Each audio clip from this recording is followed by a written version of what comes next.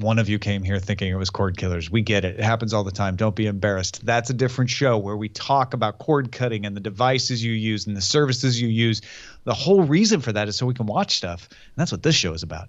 This show is about we just watch something and we can't not talk about it. It's time for Spoilerin time. We will be spoiling episode 10 of season 5 of Justified. That is our library show. We'll also spoil episode 1, season 1 of Legion because Bryce and Brian have both watched it, as have I. And we're keeping up currently with The Expanse. We'll talk about episode 8, season 2 of that. I'm Tom Merritt. He's Brian Brushwood. Hello, but more importantly, we got to check in on the winter movie draft. The winter movie draft. What? Oh, yeah. Or as I like to call it, has Brian hit $1 billion yet? Oh, I'm very close. I'm $12 million from hitting a billion. I'll tell you what, man, nobody believed me when I was shouting Logan to the ceiling. It turns out I was right. Right. Remember that time million. I was right? Biggest so far since Sing, which got $269 billion, and then after that, really just Rogue One and Doctor Strange are the only ones that are ahead of it, and it could actually catch up with Doctor Strange at 232. May not, may. You are definitely getting the 18 million, 12 million that you need to hit $1 billion. You're getting that. I think I'm definitely crossing $1 billion. There are 11 days left in the winter movie draft. You need to average $1 million a day. All I do is win, Tom. I won in no matter what. That's all I do. Between me and Justin, we had a side bet about whether or not Logan would make more than $170 million. Guess what it did? I won the movie draft, and I bet Justin is happy that I'll be his partner in the summer movie draft. In fact, that's happening this week. We are going to draft for the summer movie draft. So next week we'll have our first overlap where the winter draft won't technically be over, although it's all over, but the counting. And yet the summer movie draft will be on its way. I'm excited. Yeah, man. It'll be good. Good. Let's move into The Expanse, wherein Amos has a hard night. Holden and Naomi meet Prax, the refugee who had a hard ride, and Fred and Drummer have a hard day. It's so weird to talk about this with you because you've already read the book, so you don't have any real surprises coming your way. But like that moment that they loaded everybody in, and then they singled out the one guy saying, "Sorry, inners only." And then it's like, and you felt like that guy was being excluded from the group, and then you find out that the group was being just blown out the airlock. That was a gut punch of a moment. First of all, I don't think it's a spoiler beyond. I know it's spoiler in time, but we try not to spoil books if you're only watching TV. I don't think it's a spoiler because you've already watched this part of the TV show to say that Prax's storyline is different in the book. What? He doesn't leave Ganymede in the book. Oh. So this whole refugee story is a whole new storyline. So when they got there, I'm like, I don't know what's going to happen. And as soon as the Belter stopped him and said, nope, inners only, I was like, oh crap, he's going to space him. He's going to space the inners. Oh my God. It just hit me. I'm like, the only reason he would stop a Belter from going in there is because something bad's going to happen. Otherwise, he wouldn't care because he's a Belter. He's not going to be prejudiced for the inners. Yeah, well, but they did a good job of framing that in such a way that it's like it definitely felt like he was the one being excluded and everybody else was getting something, whatever it was. And it turns out what they got was they death. needed to make it look that way for the to make sense that the inners would all go in willingly, right? Yeah, no, it was way good. It's a great show, Tom. I don't know if you know this, but The Expanse, it's pretty good. Expanse. Tell me more. So also how I know we didn't get a lot of Amos in this episode necessarily, but just how awesome was his walk of shame, which didn't have much element of shame, through the middle of Tycho Station. Well, hold on. Walking back from what was so he comes out and he's obviously wearing someone else's jacket because it doesn't fit. Oh, yeah, and yeah. Alex comes up and is like, hey, man, got to talk to you. And Amos is like, no, I'm not talking to you. I'm done. Yeah. No. It's I'll tell you what. Amos is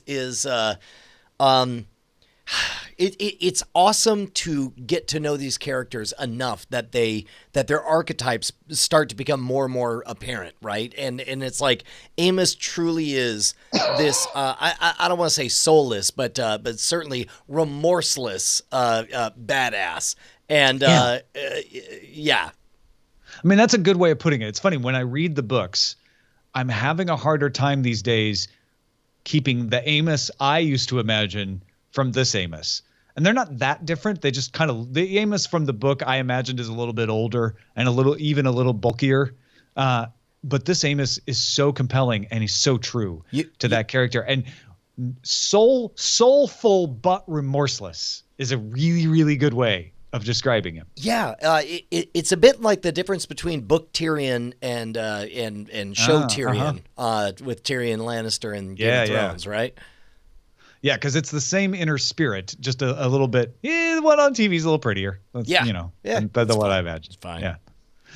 Fred and Drummer, we kind of saw this coming. We knew that the Belters were not happy with Fred, and they were going to turn against him, and so they try to seize the station.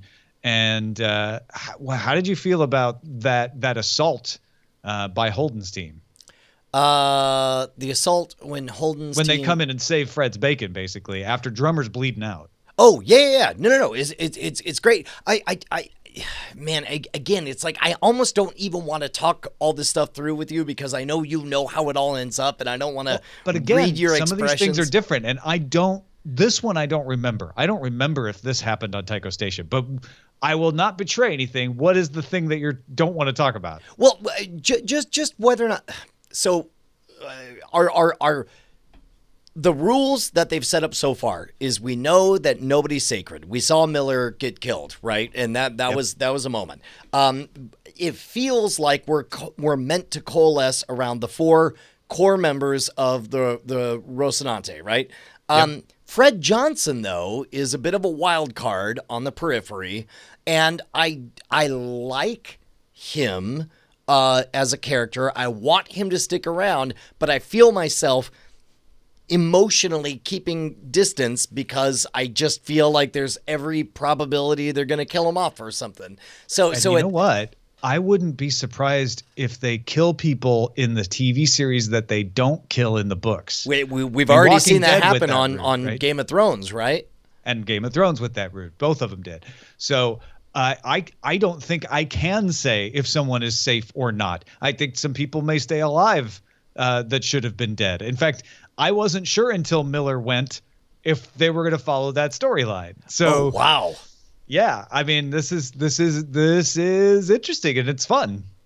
Yeah. No, it's way good. What was our Does it stick in your mind though that the guy who plays Fred, Cuddy from The Wire, and he was in The Walking Dead, like he never really sticks around on shows? Yeah, I mean that. Yes. Is that what's bugging you? I'm wondering. I don't think that specifically. I think the show's gone out of its way to really make it clear that nobody's sacred, that everything is in service of the story, and your favorite person might not be around forever.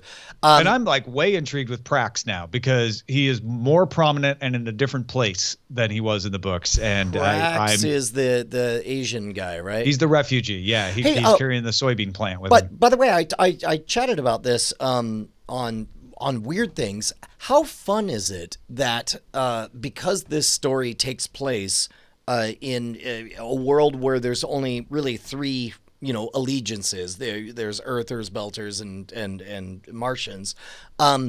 As a result, race doesn't mean what it means to us in the 21st century, which means they have an excuse to put to break patterns of racial. When we think of a leading man, it tends to be a white European, right? And so as a result, like seeing Prax and following so many Asians, but in my mind they're like, no, they're Belters. It's fun to to have race mean nothing at all. Prax and Denise, right? Where you're like, Prax and Denise, they're both Asian, right? So they're both the same. And it's like, oh no, Denise was from Earth. Yes. She's an entirely different race than Prax. Exactly. And that's the thing is, your race in this world isn't your skin color. Correct. It's how you talk and your body type. Are you thin and skinny? You're probably a belter. Are you short and squat? You're an earther. Are you somewhere in between?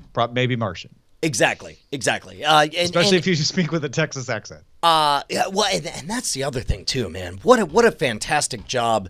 It's like Earth. Definitely has that Western Californian patois, right? And then we had talked about how Martians all have that Texas twang, that frontier mentality, but the Belter patois is just wonderful. It's hypnotic and strange and exotic, just like the fictional race they represent. Yeah. All right. Anything else on The Expanse before we trundle along to? No. What was our big cliffhanger at the end of this one? It's so funny because it's basically that they have found evidence that there is still a protomolecule. Naomi's worried that it's the protomolecule torpedo that she hid away, and then they located on Ganymede, and so she's sigh of relief. It's not the one that I hid away. And Prax is from Ganymede, so they think he might have a clue as to why it still is protomolecule there, even after it was bombarded. Yeah, that's right. All right, let's move on to Legion. We're just going to talk about the first episode, although Bryce and I have both watched more than that. Brian, you just dived in, and you watched the first episode twice. Yeah, well, I watched it once, just me, and then it was so good, I was like, well, Bonnie, you should watch this, and I knew the only way that I could get her to watch it was to sit down and watch it again with her, and so we did. It was fascinating, though. The first time, you watch it and you're like, this is good. The second time, you notice the astonishing attention to detail. That opening segment with Baby David in there, if you look to the bottom left of Baby David, one of his action figures is of the Yellow-Eyed Man. And we mentioned this during the show. You see the Yellow-Eyed Man start to enter when he's about to commit suicide and so on. It was just utterly adorable, Tom. It was utterly human and sweet and wonderful. And I loved finding out that Lenny was originally written to be a man's role, but they just, what's her name, just decided to be like, no, don't change anything. Change literally nothing. Like, especially when she's talking about like, oh man, being a girl, having them titties and all this stuff. Like that was an odd moment to have a woman talking that way, but it worked. Everything about this worked. And like I said on the show, the rest of this series can be total garbage and it can all become a hot mess, and I won't care. I will be thankful that this pilot exists because it's one of the best pilots I've ever seen. I don't think it becomes qualitatively different. And as I mentioned on the show, I watched the first episode and liked it enough. It was wanting to go back, but just hadn't found time for it. And my wife kind of wanted to watch it, and so we watched it. And then I watched the second episode. It frustrates me at times. I am fascinated with this because it is so complex and so intriguing and challenging. But then sometimes it gets so clever about itself that I'm like, all right, guys, we get it. You're really smart. You've got a really complex story, but maybe just, go a little bit in a straight line for once.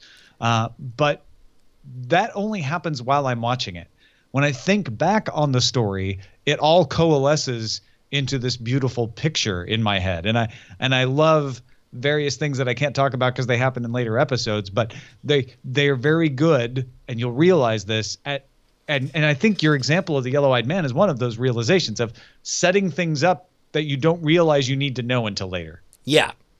Well, and they do yeah, well, and plus, like for example, watching it a second time, the moment where the two of them exchange consciousnesses, that's English. They exchange brains. Yeah, like that scene you can tell the first time watching through, it's like, okay, something's happened, and I can tell that one of them is really upset, and I don't necessarily know why.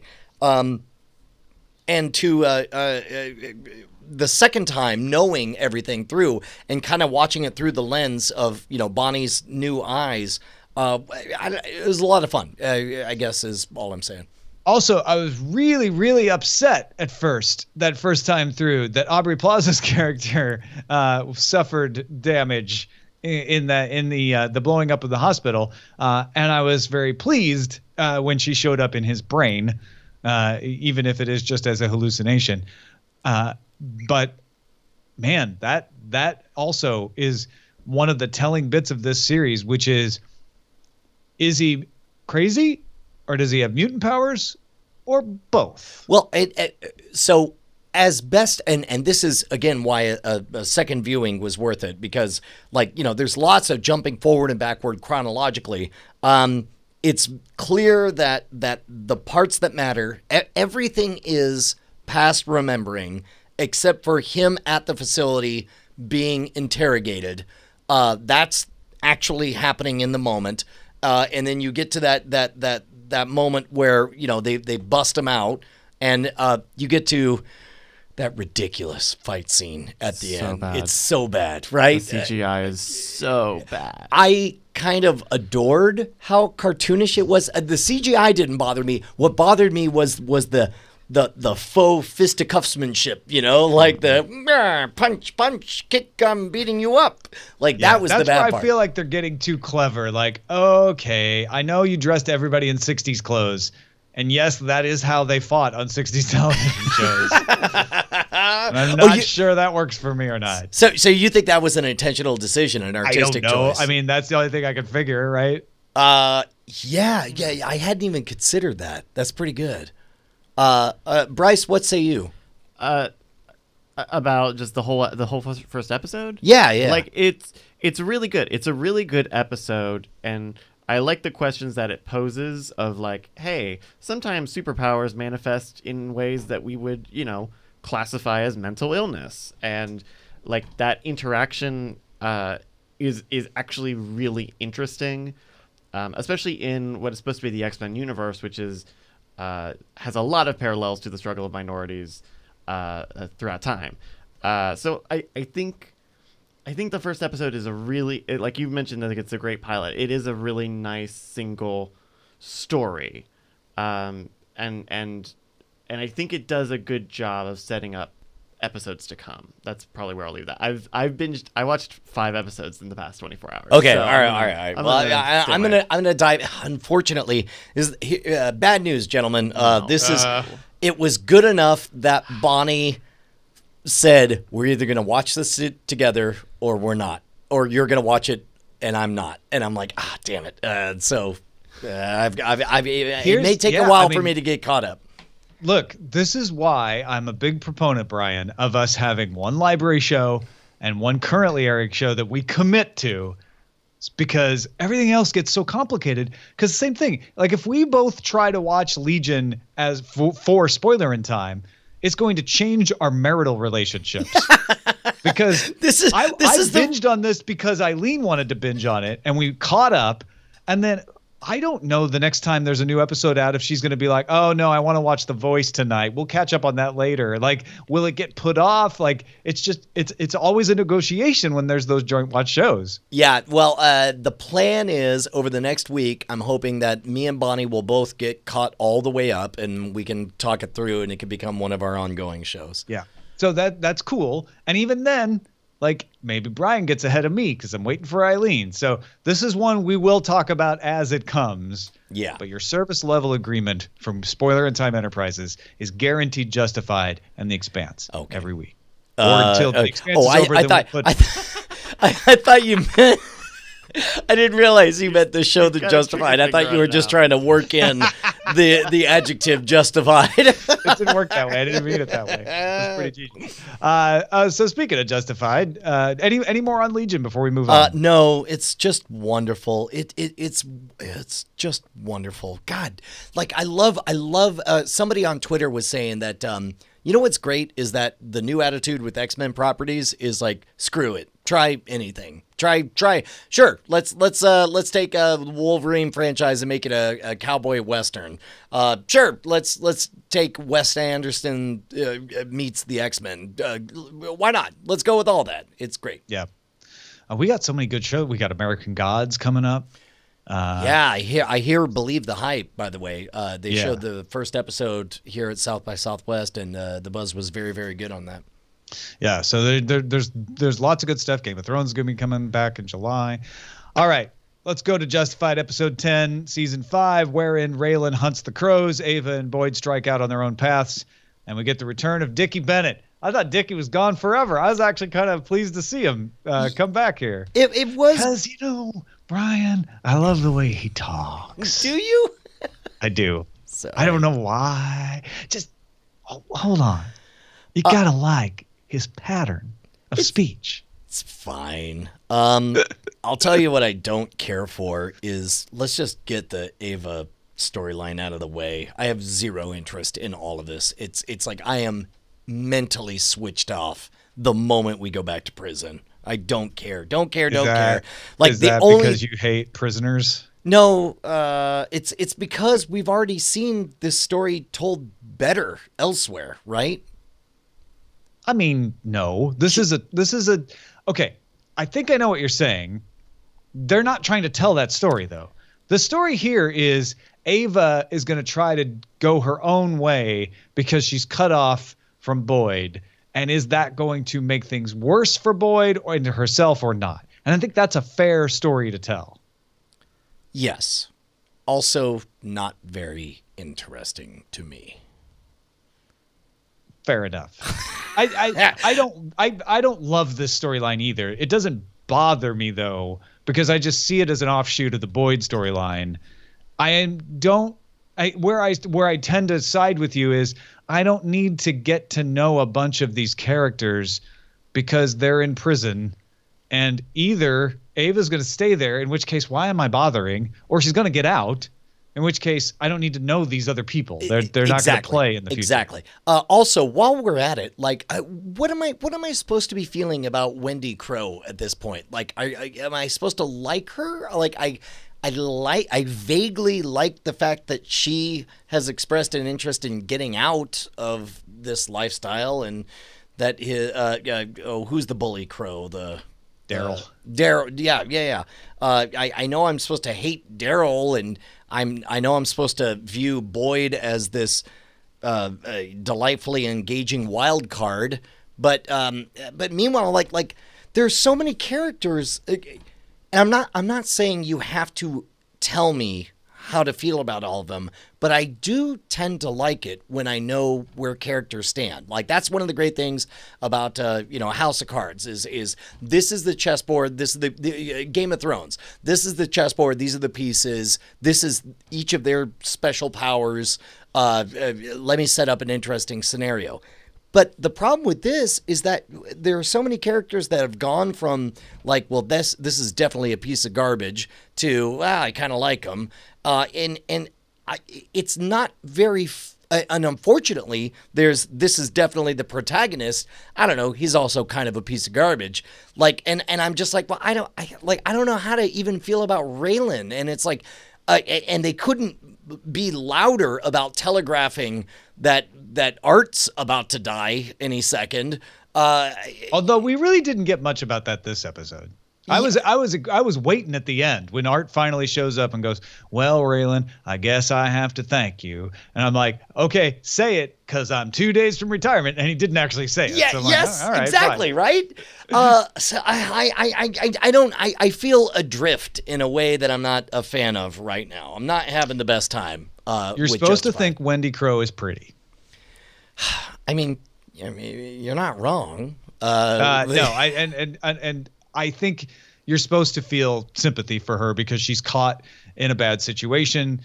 She's tried to distance herself from it, and even denied her own son as a way of protecting him and distancing him from it. And now she's can't get out, and that's probably her story the whole time. Whether that's working for you or not is a whole different matter. But that's kind of the way I see her story. Yeah, All right. Especially when Daryl starts just beating the crap out of her, right? And you're like, oh, okay, now this is what she's had to deal with. This is why she's trying to get away. Well, and yeah, you've heard me use the phrase "the mushy middle" quite a bit on the show over the years, and it's definitely one of those things where I feel like there are two characters, maybe three.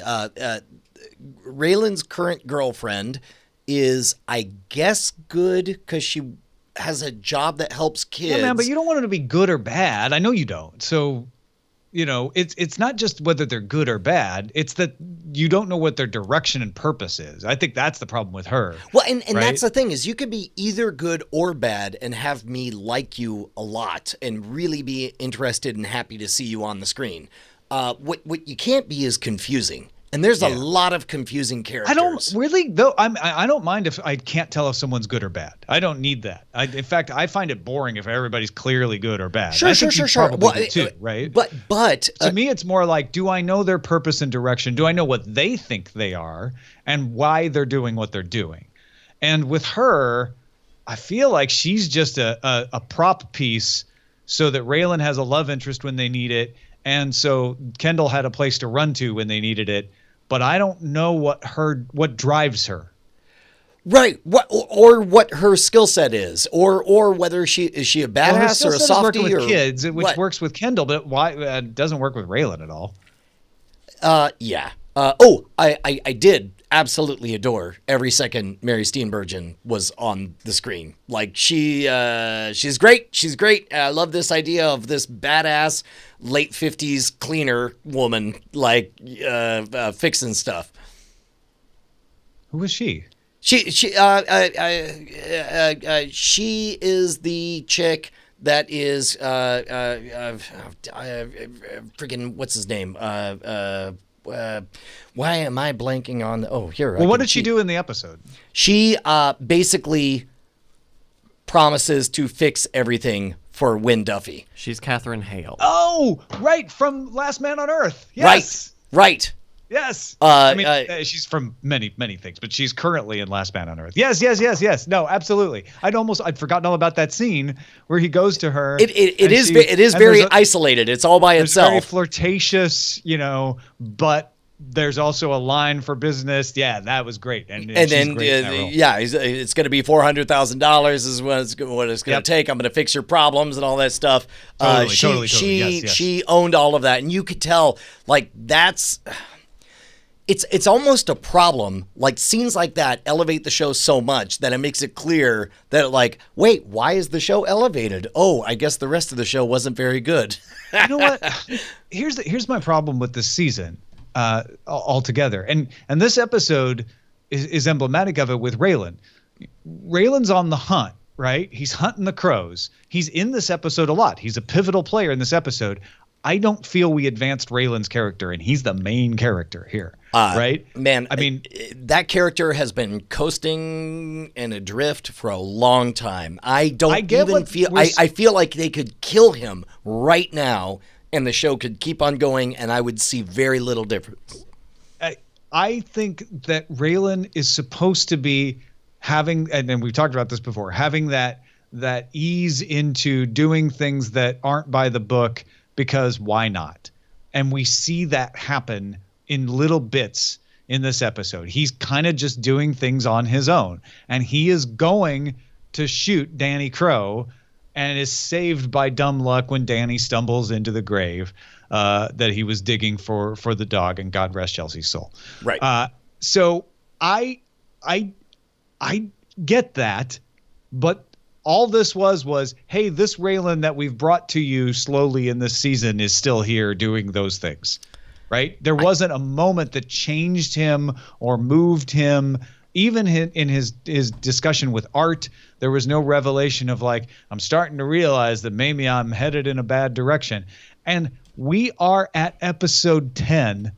I can't tell you what this season is about. There's no core bad guy. I guess it's about here's the Crow family. I guess that's the most I've gotten out of it. I mean, look, we're in it, but at this point, I'm trying to reconcile what I'm seeing with the level of breathless enthusiasm with which people told us we had to experience Justified, right? Yeah. I've gotten close to that level a few times in previous seasons. There've definitely been some killer episodes, and I still love this character. I love Raylan. I think he's a great character, even if they haven't done much with him this season. I love Art. I want to see more of Raylan working as a marshal in Art's employ, and that whole scene. We barely see his partners, and they're in the main credits. I want to see a main threat that he has to work against. And it's kind of the Crows, but it's really more himself. Like, I don't know. Sometimes I feel like when you see some of these writers who've been in a plot for a long time, sometimes they're writing their way out of where they got themselves towards something else. And that's what I'm hoping is happening, is they're furiously like, we have to write our way through the Crows, and we have to write our way out of Ava and Boyd and get us back to a place for a good story. And maybe that's what we get in season 6. Yeah, we'll see. Well, that is it for this episode of Spoilerin Time, folks.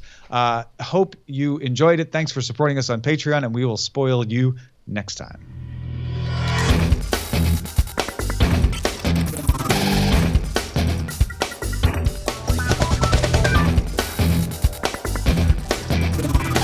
Diamond Club hopes you have enjoyed this program.